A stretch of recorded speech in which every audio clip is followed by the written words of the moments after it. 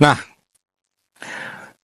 ketika di situ mengadakan siasat, merencanakan siasat-siasat bagaimana nanti ketika Putri Cempo itu dikirim ke Majapahit, tapi Arya Damar itu melihat kemolekan, keluasan, kecantikannya Putri Cempo itu terkesima. Saya tidak akan membantu, kecuali Putri Cempo harus nikah dengan saya. Silahkan kamu memperistri Putri Cempo. Tapi sesuai dengan tujuan awal, Putri Cempo ini mau dibawa ke Majapahit untuk menaklukkan ayah kamu. Ketika sudah sampai di Majapahit, Brawijaya melihat kecantikannya si Putri Cempo tadi lemah lunglai bagaikan tak bertulang. Tapi kan Prabu Brawijaya nggak tahu bahwa itu sudah diperistri sama anaknya, yaitu Arya Damar. Dinikahkanlah mereka berdua, sepasang sejoli, Putri Cempo dengan Brawijaya. Belum ada 9 bulan, dia melahirkan seorang anak. Setelah itu, dia meragukan bahwa ini itu anak saya atau bukan.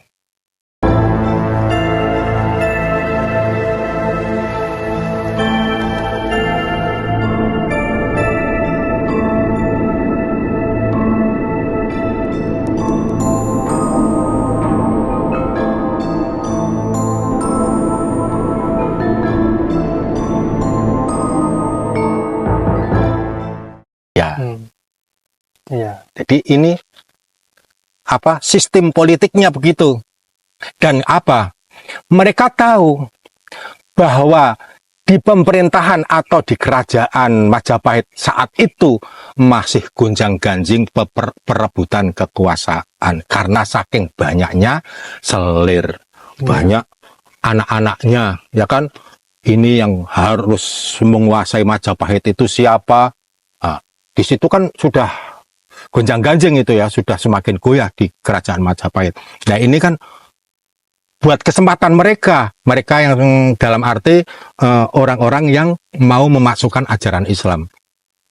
Kemudian singkat cerita ya, setelah selesai digembleng dengan segala macam, bahkan dengan diplomasinya untuk menaklukkan seorang raja, sudah selesai semua. Lalu berangkatlah mereka dari Vietnam, ya. Nah, jadi Sunan Ampel itu orang Tiongkok tapi yang diam di Vietnam. Karena Vietnam itu memang dahulunya kan jajahan dari Tiongkok, kan begitu. Nah, setelah itu, sebelum dia datang menuju ke Majapahit, sudah ada mandat dari seorang tokoh yang ada di tanah Jawa, yaitu Syekh Maulana Malik Ibrahim, orang tuanya Sunan Ampel, agar sebelum ke Majapahit singgahlah dulu di Palembang, yang mana di Palembang itu ada seorang putra, yaitu putranya si Brawijaya yang namanya Arya Damar. Dia juga mempunyai kekuasaan di sana, di Palembang itu. Ya. Lalu kemudian datang ke Palembang. Disitulah menyusun rencana. Karena di Palembang sendiri Arya Damar itu sudah memeluk Islam. Tentu sebagai seorang Muslim agar tentu kan punya keinginan agar orang tuanya masuk Islam, karena pemahaman Islam itu kan begini, tidak ada agama yang benar kecuali Islam.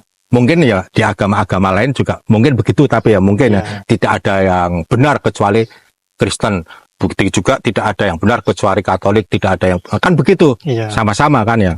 Sama-sama kolotnya lah ibaratnya, yang masih kolot tapi. Nah, ketika di situ mengadakan siasat, merencanakan siasat-siasat bagaimana nanti ketika Putri Cempo itu dikirim ke Majapahit, tapi Arya Damar itu melihat kemolekan, keluasan, kecantikannya Putri Cempo itu terkesima. Padahal Putri Cempo itu mau diserahkan ke Majapahit, yaitu ke bapaknya. Nah, Arya Damar tidak mau membantu perjuangan mereka kecuali Putri Cempo itu bisa dinikahi. Saya tidak akan membantu kecuali Putri Cempo harus nikah dengan saya. Karena apa? Karena itu sudah kesemsem, ya, maka semuanya dilupakan, hanya ada dia di dalam hatinya. Nah, gitu ya. Inilah cinta. Setelah itu, dengan berbagai macam perdebatan, singkat cerita akhirnya ya sudah. Silahkan kamu memperistri Putri Cempo. Tapi sesuai dengan tujuan awal, Putri Cempo ini mau kami bawa ke Majapahit untuk menaklukkan ayah kamu. Apakah kamu setuju? Setuju, demi perjuangan agama. Kan begitu? Iya. Diadakanlah pesta pernikahan di Palembang. Setelah selesai pernikahan, kemudian mereka serombongan datang ke Majapahit. Tapi Arya Damar tidak ikut karena masih ada tugas-tugas yang belum selesai di Palembang tersebut. Nah, ketika sudah sampai di Majapahit, Brawijaya melihat kecantikannya si Putri Cempo tadi lemah lunglai bagaikan tak bertulang. Pada dasarnya memang Brawijaya V itu memang begitu, sesuai dengan apa yang sudah disabdakan oleh Sabda Balong tadi. Kamu itu bagaikan macan, tapi akan lunglai, lemah ketika kibasan merak. Akan lemah ketika melihat kibasan merak yang begitu indah, kan gitu. Nah itu memang begitu. Nah, di saat Brawijaya melihat Putri Cempo tadi, akhirnya sebelum itu diserahkan pun sudah meminta pada Sunan Ampel dan serombongan, ini perempuan ini akan saya jadikan selir. Tentu kan semuanya kan serentak, lah ini kan sudah jadi anaknya. Tapi kan Prabu Brawijaya nggak tahu bahwa itu sudah diperistri sama anaknya, yaitu Arya Damar. Iya. Duh, gimana ini? Kalau ini kita menolak maka akan gagal. Sedangkan sebegitu kencengnya permintaan Brawijaya agar memperistri Putri Cempo. Lalu kemudian mereka berembuk secara sembunyi-sembunyi serombongan tadi. Ini begini ya. Ini demi tujuan kita itu tercapai. Pada dasarnya kan kita itu mau menguasai tanah Jawa biar menjadi Islam semuanya. Ini harus dipegang. Si Brawijaya harus kita pegang satu, pucuk pimpinan. Tapi kan ini sudah diperistri sama anaknya. Udah, daripada kita pulang nanti babak belur. Karena sudah ngotot banget itu Brawijaya tadi. Nah, akhirnya sekarang gini. Bukankah di dalam Muslim, seorang wanita Muslim tidak boleh dinikahkan dengan seorang lelaki yang beragama non-Muslim? Sekarang gini aja dulu.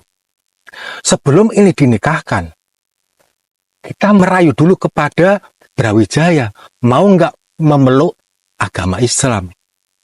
Tapi si Brawijaya tadi tetap menolak agama Islam karena dia menjaga bagaimana umatku, bagaimana rakyatku kalau saya masuk Islam. Apakah saya tidak mengkhianati mereka, sedangkan saya itu sebagai pucuk pimpinan. Akhirnya dia menolak Brawijaya itu, menolak untuk masuk agama Islam. Terus si pihak rombongan Putri Cempo tadi berembuk lagi. Ya udah gini aja. Lagian tidak sah ini kok pernikahan. Nikahkan aja lah. Demi untuk menguasai Majapahit. Sekalian bagaimana caranya nanti Majapahit itu kita pegang kekuasaannya. Nanti Putri Cempo biar bisa mengendalikan roda kepemimpinan di dalam kerajaan. Pada akhirnya, singkat cerita, dinikahkanlah mereka berdua sepasang sejoli, Putri Cempo dengan Brawijaya. Dengan adat, yaitu pernikahan melalui pernikahan bukan agama Islam. Hanya formalitas. Ketika dia dinikahkan, lalu kemudian si Brawijaya tadi kan tentunya kan sudah berhak untuk melakukan apa saja terhadap sang istri, yaitu Putri Cempo. Gitu. Ketika Putri Cempo itu mau ini agak dewasa, ya, untuk bersetubuh, dia selalu menolak. Selalu menolak lagi. Nanti pada saatnya, ketika Sang Prabu mau masuk Islam, lalu kita dinikahkan lagi, saya baru disentuh boleh. Kata si Putri Cempo tadi. Kemudian dia kan di istananya itu kan bisa mengendalikan roda kepemimpinannya. Apa yang dikatakan oleh Putri Cempo itu Brawijaya itu selalu mengiyakan. Caranya begini. Nah, di lain sisi para selir-selir bahkan istrinya sang raja sendiri seakan-akan tidak dipedulikan oleh si Brawijaya tadi, lebih memperhatikan pada Putri Cempo karena saking kesemsemnya, saking takut kehilangannya, kan begitu. Singkat cerita, si Arya Damar karena sudah kangen sama istrinya sendiri, yaitu Putri Cempo, ya kan, datang ke sana. Karena Arya Damar itu tahu bahwa dia itu istrinya, maka akan melakukan sesuatu, apapun kan bebas, sudah sah. Tapi hal yang seperti itu dicurigai oleh Brawijaya. Kok sebegitunya dekat Putri Cempo dengan anakku, yaitu Arya Damar. Jangan-jangan ada apa sebenarnya ini. Bahkan suatu saat melihat sesuatu hal yang tidak pantas dilakukan oleh si Arya Damar dengan Putri Cempo. Itu kan menurut pandangannya Brawijaya, karena dia tidak tahu bahwa Putri Cempo itu sudah menikah sama anaknya. Kan begitu. Di situ semakin gunjang-ganjing itu istana. Nah, singkat cerita aja ya. Terlalu lama ya. Itu karena saking sudah gunjang-ganjingnya pertentangan, perselisihan yang ada di istana gara-gara adanya Putri Cempo, ya, maka dipulangkanlah Putri Cempo ke Palembang dengan dalih demi keamanan, demi kenyamanan kerajaan atau istana Majapahit. Nah, setelah dipulangkan ke Palembang, tidak lama kemudian, belum ada 9 bulan, dia melahirkan seorang anak. Si Putri Cempo tadi, melahirkan seorang anak. Anak tersebut cikal bakal yang akan jadi Raden Patah. Jadi sebetulnya Raden Patah itu siapa, Mas? Nah, saya tidak mengatakan itu anaknya itu Arya Damar atau itu anaknya Prabu Brawijaya. Itu kan masih selisih paham. Kalau saya mengungkap kebenarannya, ya pasti akan jauh berbeda dengan apa yang ada di literasi. Apa yang saya tahu kan seperti ini saja. Entah itu salah atau benar, saya tidak tahu. Ini apa yang saya tahu. Bahkan apa yang saya tahu ini adalah dari sosok yang dulu pernah saya bertemu ketika saya naik ke Gunung Lawu, memberikan kabar berita apa saja yang terjadi di Kerajaan Majapahit, yaitu melalui wening. Ini pun seperti itu. Nah, wening yang saya lakukan seperti ini, entah itu wening dari siapa, saya juga tidak tahu ya kebenarannya. Yang penting yang saya tahu seperti ini. Nah, loh, lagi ya saya lanjut ya. Ya, lanjut, Mbak. Saya lanjutkan. Lahirlah seorang anak yang cikal bakal menjadi Raden Patah. Singkat cerita, akhirnya si anak tadi menjadi seorang pemuda yang gagah perkasa, nan ganteng. Nah, disitulah akhirnya digembleng dengan ajaran-ajaran Islam si Raden Patah tadi, bahkan memberikan ajaran bagaimana cara bersiasat atau berpolitik. Setelah matang, akhirnya datanglah serombongan ke Majapahit. Lalu kemudian di rombongan tadi menyampaikan ke Brawijaya, inilah anaknya Sang Prabu. Setelah itu dia meragukan bahwa ini itu anak saya atau bukan. Dia ragu. Tapi ketika dia menolak bahwa ini bukan anakku, nanti bagaimana kerajaan? Dia serba bingung nih. Demi menjaga keamanan kerajaan, situasi yang sudah genting, demi untuk meredam yang lebih dahsyat lagi, maka diakuilah bahwa Raden Patah itu sebagai anaknya. Nah, berhasil berarti kan? Iya. Berhasil politiknya. Setelah itu Putri Cempo merayu lagi pada Brawijaya. Ya biasa, Brawijaya itu takluknya pada seorang wanita yang cantik. Iya. Dirayu-rayu. Akhirnya, singkat cerita, Raden Patah itu dikasih kedudukan menjadi Adipati Demak. Di sana, Raden Patah mendirikan kekuasaan, bahkan mendirikan beberapa pesantren, yang mana pesantren tersebut diajari bagaimana untuk berperang. Kan begitu?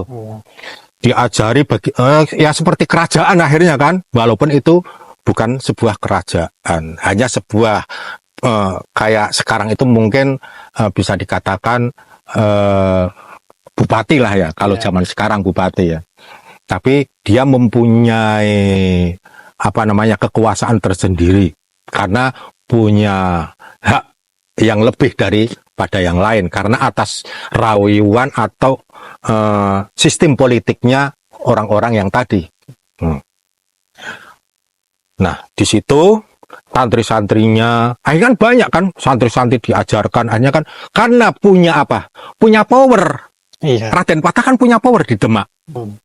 Apalagi dibantu sama orang-orang yang memang sudah cerdas dalam bagaimana memberikan ajaran, termasuk para wali-wali yang kita sebut adalah Wali Songo. Itu sebenarnya panjang sekali ya kalau saya ceritakan semuanya. Di situ aja kan sudah tidak sesuai dengan literasi ya. Iya, Tapi kamu tidak harus percaya sama Simbah, karena itu apa yang Simbah tahu kan itu, entah itu benar ataupun salah. Hanya pada intinya kebenaran itu hanyalah milik Tuhan Yang Maha Esa. Simbah bisa salah, bisa juga benar. Tergantung, silahkan mau percaya sama literasi atau pemahaman atau pengetahuan Simbah yang baru ini. Jadi inti dari cerita Simbah tadi termasuk masuknya itu politik kekuasaan ya Mbah. Nah, sebenarnya ya politik kekuasaan sekaligus ada ini ya untuk mengislamisasi ya. Iya. Nah, itu kan islamisasi kan dompleng lah istilahnya ya, dompleng. Padahal tujuan pertama itu ya kekuasaan ya, tujuan utama kekuasaan ya. Iya. Tadi sampai di mana ya perjalanan Raden Patah menjadi Bupati Demak ya Mbah. Jadi ntar Simbah bisa bercerita lagi di lain waktu ya Mbah. Di lain waktu.